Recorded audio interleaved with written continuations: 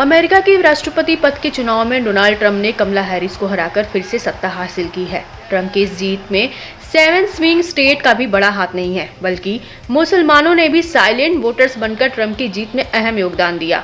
दरअसल अब तक के चुनाव में मुस्लिम बहुल राज्यों पर डेमोक्रेटिक पार्टी का भी दबदबा कायम था, जिसको ट्रंप ने अपनी सोची समझी चुनावी रणनीति के तहत काट निकाली। बताया गया कि चुनाव में मुसलमानों का काफी ज्यादा वोट ट्रंप को मिला। इन वोटों की मदद से ट्रंप ने मुस्लिम बहुल राज्यों में भी कमला हैरिस को बड़े अंतर से मात दी।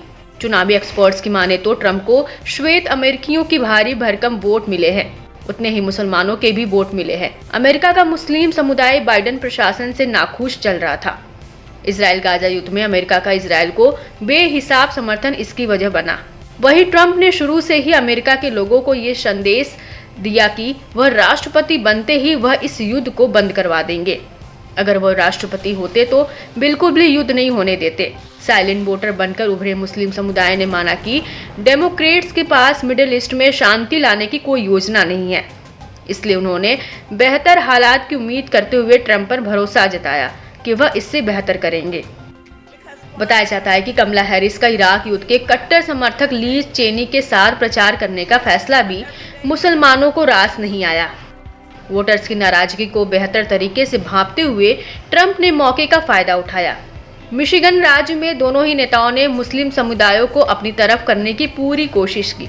मिशिगन में हुई एक रैली में मुस्लिम नेताओं के एक समूह ने ट्रंप का समर्थन किया था।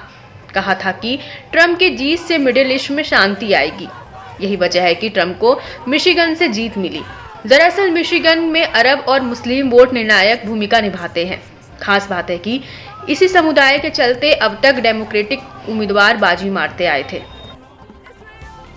बता दें कि वोटिंग से पहले ट्रंप डियरबॉर्न के एक हलाल कैफे में पहुंचे थे। यह इलाके को अमेरिका की अरब राजधानी भी कहा जाता है। बची कुची कसर ट्रंप ने वोटिंग से एक दिन पहले कर दी। ट्रंप ने एक्स पर पोस्ट कर कहा था कि हम अमेरिका के राजनीतिक इतिहास में सबसे बड़ा और व्यापक गठबंधन बना रहे हैं। इसमें मिशिगन के अरब और मुस्लिम वोटर्स रिकॉर्ड संख्या में जुड़े रहे हैं, क्योंकि ये लोग शांति चाहते हैं।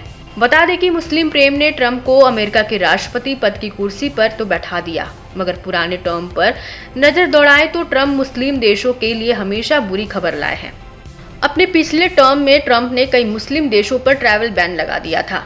ट्रंप की सरकार जाने के बाद जब जो बाइडेन सत्ता में आए तो उन्होंने यह बैन हटाया। ट्रंप इस बार भी अपनी रैलियों में ट्रैवल बैन लगाने की लगातार बातें कर रहे थे। इसके बाद भी मिशिगन जैसे मुस्लिम बहुल राज्यों में ट्रंप को मिला सपोर्ट डेमोक्रेटिक पार्टी के लिए जरूर चौंकाने भरा रहा।